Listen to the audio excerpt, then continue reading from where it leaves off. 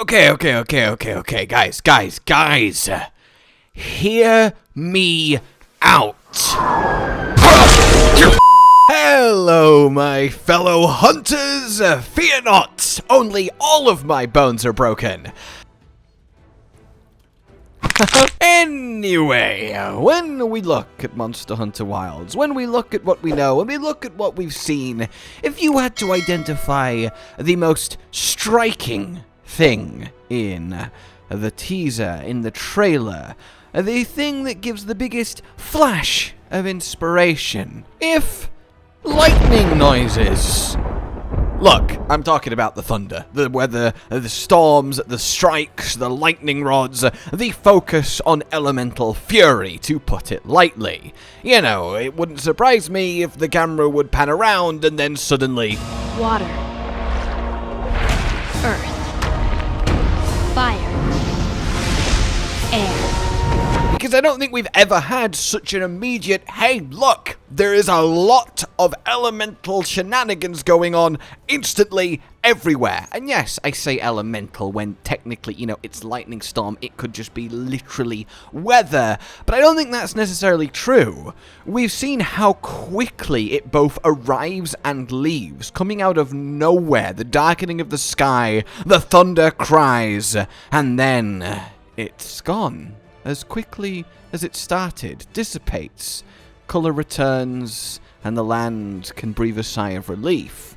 So while we've talked at length about how that is likely monster-related, probably, yes, we've not really looked at the literalness of it.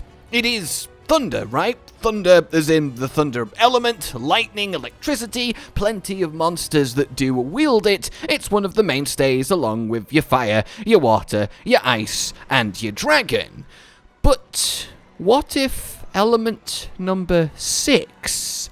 Because I kind of feel like we're long overdue. Now, before I get immediately into elements, I did initially kind of want to look at statuses, because I have long wanted the Elatrian of status, right? Someone who has everything, can put all of them on you. But the thing is, some of the main statuses are your elemental blights, you know, your fire blight, water blight, thunder blight, ice blight, dragon blight, and they get applied by elemental attacks of the correct element. So Elatrian can actually do a fair amount of the blights to you. But I think when we think status in that sense that I'm talking about, the Elatrian of status, we think, hey, a monster that can poison you, paralysis you, sleep you, stun you, you know, blast you, the classics. And yeah, that would be great. And if you had a monster like that, you'd probably give him a new unique status on top of it to really put the cherry on the creature cake.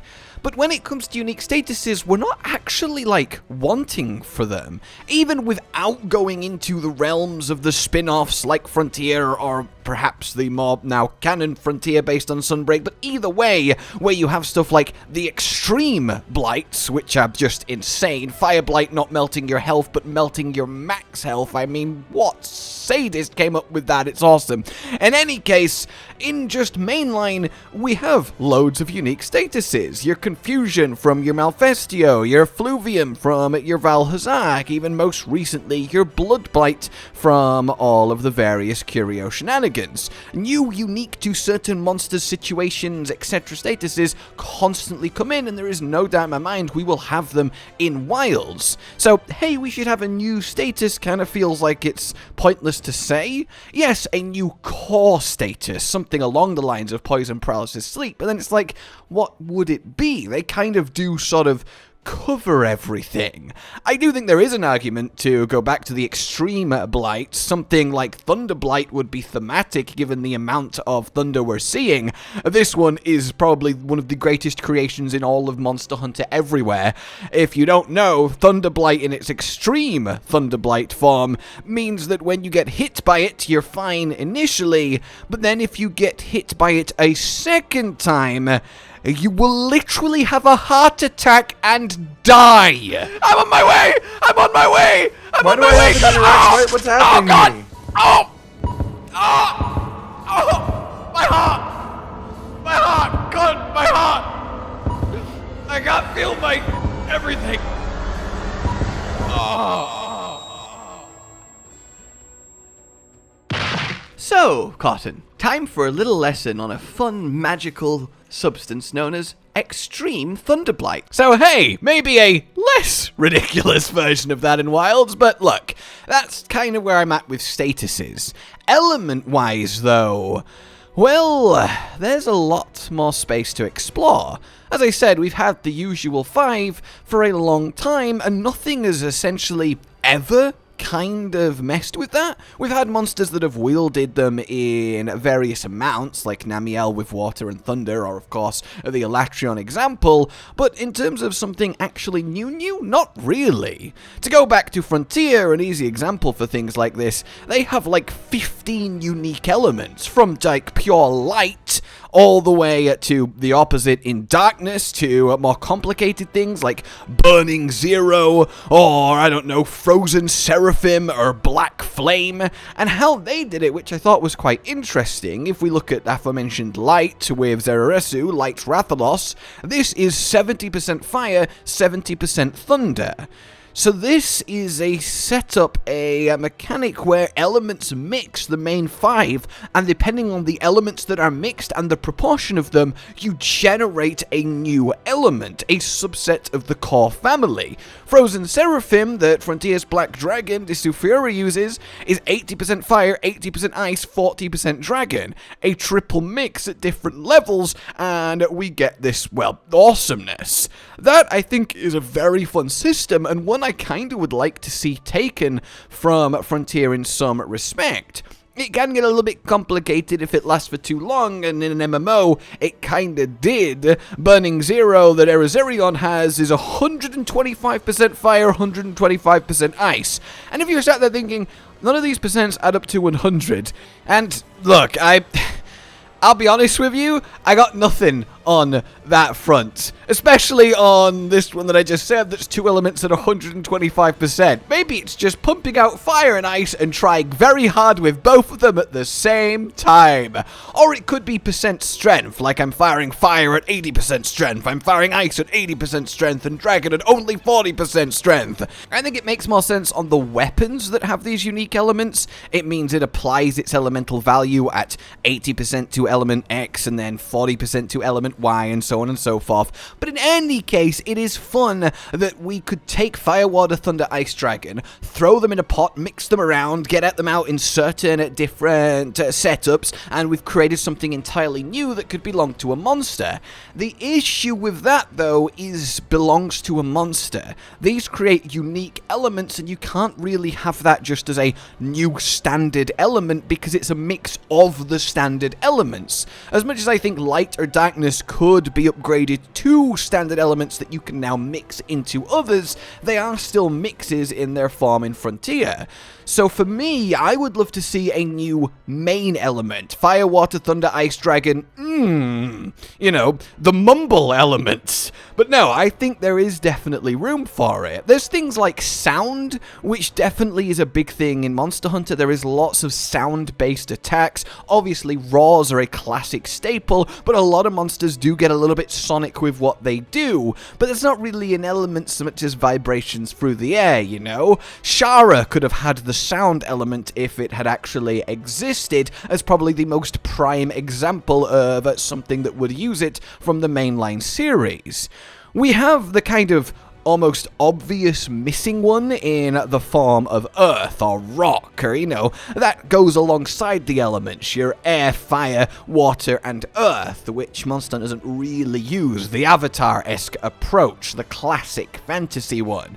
Now, Explore, Monster Hunter Explore, does have the earth element, and I do really like it. It was given to a lot of, like, your standard, like, physical monsters. Diablos got the earth element. The only issue with it is it kind of just feels like raw, the element, and it doesn't really add a lot, because what would Earth Blight be? I like to think of it as it would weigh you down. If you got Earth Blight, you move slower, or it's more sluggish in your attacks, like the rocks are clinging to you. But even then, I still feel like you could do a little bit better. Maybe Earth Blight affects your sharpness, like the sand grains are rusting your weapons or dulling it. That could be kind of fun. But if it essentially actually is too close to just raw damage, but technically it's earth, which is kind of what it became in Explore, it sort of doesn't justify its existence. So actually just having a full-on new element that is a pure expression of power from a monster, from an Elder Dragon, to make it 6 is perhaps quite tricky, and that might explain why it's not happened yet. But I do think Wilds, with its untamed open land, the focus on the lightning and everything going on there is that kind of potential to discover a whole new type of energy, especially if it's the new world with the Everstream running through it and all the bioenergy going on. It's been hammered into us over and over again to actually make this incredible discovery of, hey, certain monsters here are capable of wielding this whole new type of elemental attack. And that would be really, really sweet. Honestly, off the top of my head, I do kind of feel like light isn't the worst choice. It does kind of have something going for it, but then again, light in terms of like flashbang, like Gypsaros Horn going off, or Titsuyaku Paparazzi Snap, is kind of that direction, but on the status level, leading to stun, so perhaps it would be harder to explain. I think it is genuinely a challenge to come up with and justify a 6 element, so it doesn't feel wholly satisfying to say, hey, I think a 6 element would be really cool, even though I do think a 6 element would be really cool. Had a whole new range of weapons and armor skills to do with it, and really increase the options and have a whole new dynamic range of monsters that are sporting said element. And perhaps, ultimately, Earth is the way. There is enough sand beams and rocks being thrown about by various monsters to have a blight tied to it, maybe make it super impact, maybe don't shy away from the raw comparison, but make it super raw. There's nothing like being hit by a big old attack if it's also on top of the power of a big old boulder infused with the attack. That could certainly be quite fun. In any case, I would love to know your thoughts on a potential 6 element to add a little bit of a shake-up to the lineup of Monster Hunter. I think it might well be time, just like I think it might well be time for a new weapon, and hey, those things could certainly coincide. In any case, like if you enjoyed this, subscribe and hit the bell for more, consider supporting the future of the channel on Patreon down below, and until we meet again, a goodbye. Josh, Cotton, and Hollow with the videos, dropping the humor like a hammer on your tippy toes, bringing entertainment on a daily arrangement to take our insanity and turn it into entertainment. Yes, I said entertainment twice, to reiterate that it is nice to look into your faces on a mostly daily basis when you let us in your homes to make the whole world a stage. Goodbye.